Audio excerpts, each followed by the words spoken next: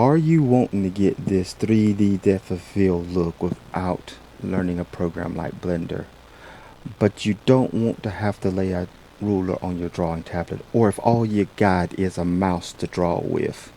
Well, good news for you, because today we're going to cover how to do perspective drawing in Krita. Welcome to Digital Paul Workshop. It is I, the selection tool that misplaces your focus, turning precision into chaos. Techno Meow Tinkerer. Let's log on in.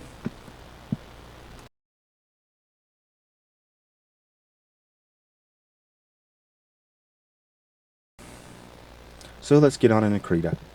So I'm going to click new here.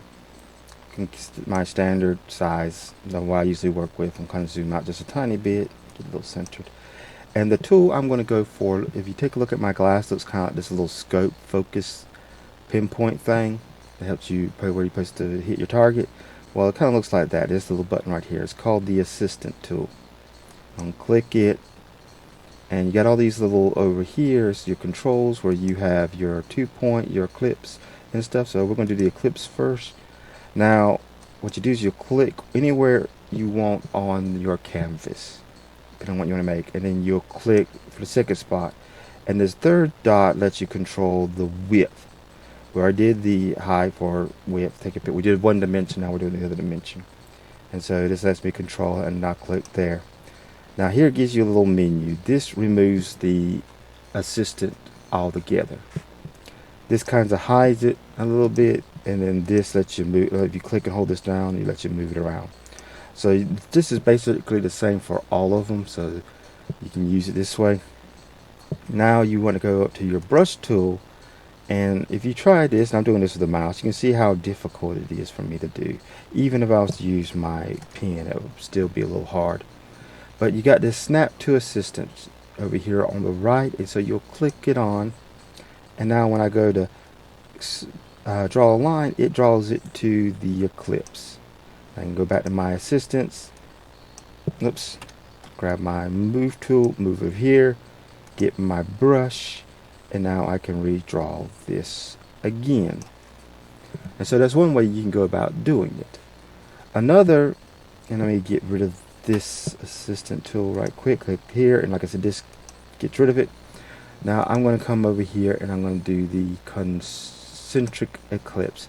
Now this one's kind of unique. I'm going to click here and then widen it and get my brush, make sure my snap's on. As you see, it creates a ring that follows my cursor that either enlarges or reduces in size. And so like if I start right here and I start going around, it lets me draw outside. You see, I don't even have to move my mouse that much. Same thing, I can now draw another one outside if I want to enlarge it. Now getting a solar system going. And go inside of it too, and it lets me. So this one allows me a bit more freedom. The first one's good if I want to keep a consistent size. This one's good if I want to make a bunch of multiple sizes and they don't actually have to all be the same or the same distance. Let me go ahead and get back up my assist tool. Take that one off, and the next one for the ellipse type stuff is the fish eye. And so the fish eye one, I'm gonna do this and make you slightly long. Is a kind of a unique one. So I can sit here and I can, as you can see, I can create an oval there. Now it depends on which way you draw that center line. It's which way it's going to go. So I can even do one up here and down here as well. I could do one if I want to, but I want to finish working on this one. Ah, come on, it wants to act up on me. And so I could actually do one out to here, on around. We can come in, and I'm trying to get the actual full length, but my mouse keeps wanting to jump on me. That's close enough. We'll do that. And so this fish eye one kind of is a unique one, and you can kind of use it to create like a globe effect. I've never done fish eye perspective, and that's something I need to learn to do. I kind of wanted to do because I always thought was interesting. But that's most of your elliptical ones. hit delete. Now the next one we got is our ruler. I'm just going to get the regular ruler here, click one spot, click another spot, our same controls come up, brush, make sure I do have snap to assistance, and it's just going to let me draw whatever length I got on that line. How long I made that line is how long I can draw it, and only that line. Now come over here, close that off. We got a couple other ones. We got the infinite ruler. I'm going to grab that one first, and I can draw a line there, and then we're just going to do it there.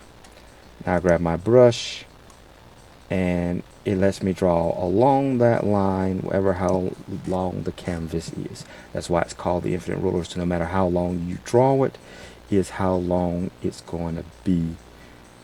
And so that's good if you need to draw a line and you don't want to have the whole, keep zooming in out the whole canvas.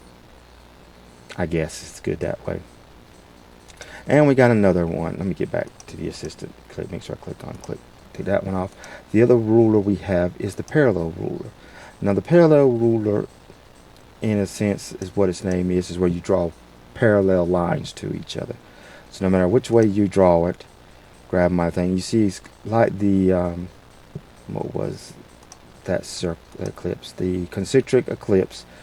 The parallel line does the same thing where it creates this little line that parallels with that one, and so I can draw all sorts of lines. Now, interesting enough, and this is going to soon get into a little later on, as long as I got parallel, I can draw another parallel line, and as you can see, now it's making me a T, so I can actually draw whichever, compared to the two parallel lines, I can draw either with this one or parallel with that one. So that's an interesting feature of the parallel line, and it's going to come in handy in a little bit. So let me go ahead and get rid of these. So as you can kind of see, when you have multiple ones up there, it all affects each other. So our next one we want to look at is our vanishing point.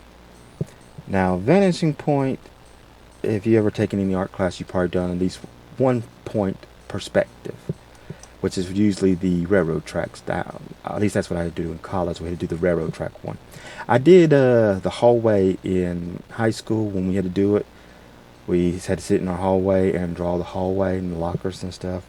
Now, I don't per se know for sure what the side ones are. As you can see, they kind of change a bit as I move this stuff around.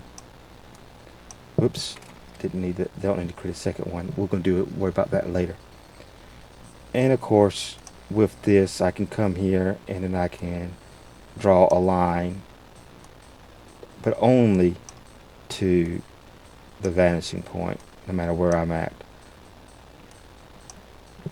And we're going to get in here when we get the actual 3D perspective. We're going to get in here a little bit on how to go about drawing buildings and stuff. So I'm going to go ahead and close that one off, delete that out. The next one is our 2-point vanishing point. Now in that case, usually it's always best to have your vanishing point off canvas if you're doing 2-point perspective. Gives you a bit more space. So I'm going to click one there, hold the shift key so I can keep it down, and click one there, and then boom, I can make it kind of change where I want. So if I want the corner center to me or off to the side here or there, take my pick. And these, I'm trying to remember, let me see if I remember how I can do this. Whoops. There is a way. I'm trying to remember, was it this? There was a way, I'm trying to remember how to do it, where you can actually, it's not that. Oh, I think it's over here. Yeah, this control over here controls the grid. Over here called density, so you can have it kind of short and flat, or you can have a whole bunch and kind of tall. So that's like if you're doing a cityscape, you probably want something close to that. And so there we go. Let me get back to center here and grab my brush, and now I can draw along, well, as long as I got my mouse down, let me go down the path one way, Come on, let me go. Yeah, it lets me go up and down, but I want to go. Why won't you let me go? There we go. Probably zoom in to do some stuff. So at least this way it does kind of give me a couple different ways to go about. Now, like I said earlier, let me go and get this off. There is some more stuff I got to cover first before I get into that. Get rid of that, delete that. Let's see. Infinite ruler perspective. Is that the one I want?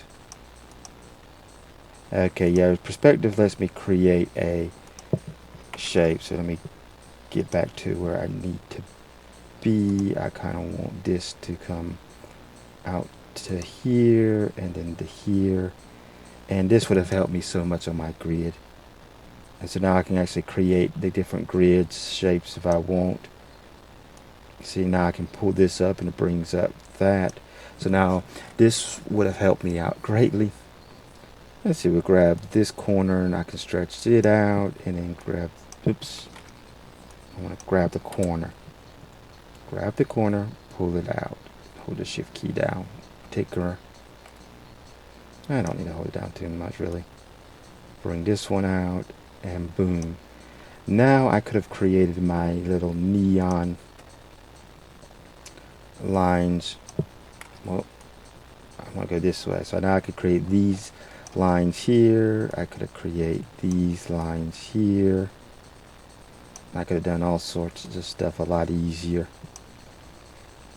And so that's, although this thing's still is going to take me some getting used to. I hadn't played with this much. It was something I just recently learned. I figured it'd be best to share with y'all. Help me learn it even better by sharing it with you. And let's see, was there any other one? Spline. I think Spline is the one I haven't tried yet. Go and close these out. Delete that. And let's see, Spline. What was that one? I can't remember what the spline was.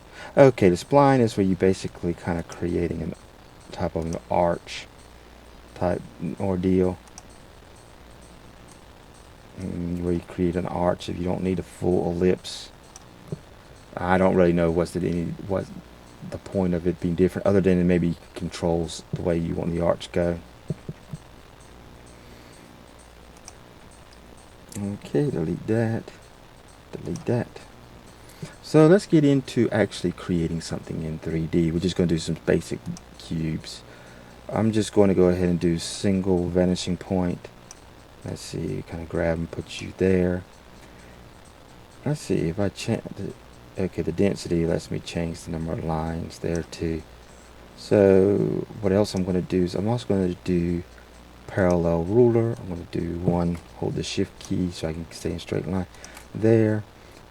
And you don't have to put them where I'm putting them. I'm just doing them here just for my personal preference. So now when I grab the brush, I can create a cube-like structure. Oops. I want to go down. I'm going to go right here. Let me get in here. Go down to there. And see, what's good is it gives me these lines too, so I know where to kind of stop. So I can grab that and go across there. Then we can come down here.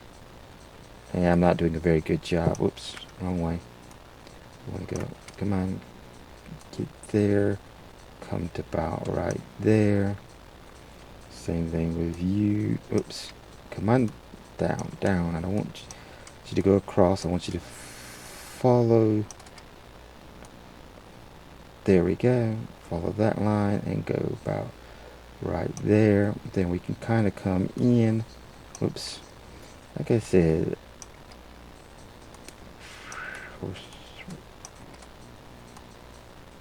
there we go. This is really not wanting to work with me now that I'm wanting to record it. So there we go. We got us a floating cube in space.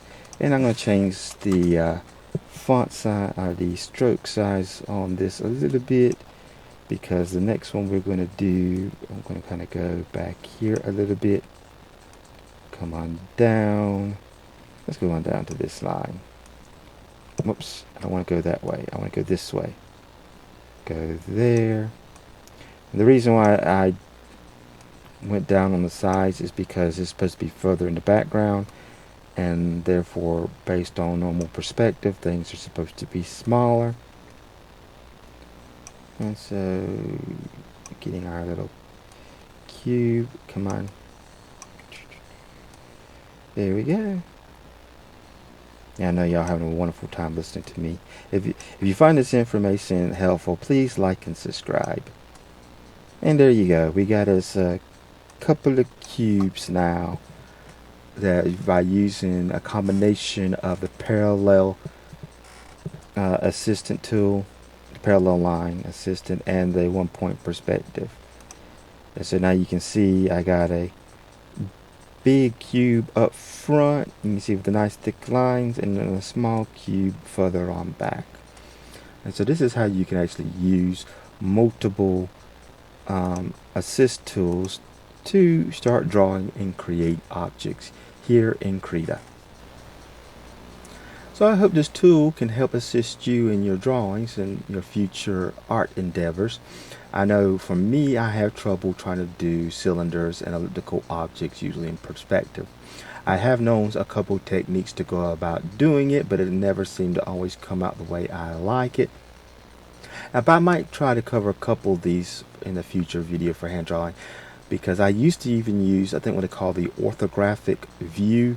There's a technique where you can lay out the front, the side, and the top view with a 2-point perspective grid, so you can draw stuff better in 3D. I might cover that out if we're interested in learning how to do all this stuff on paper.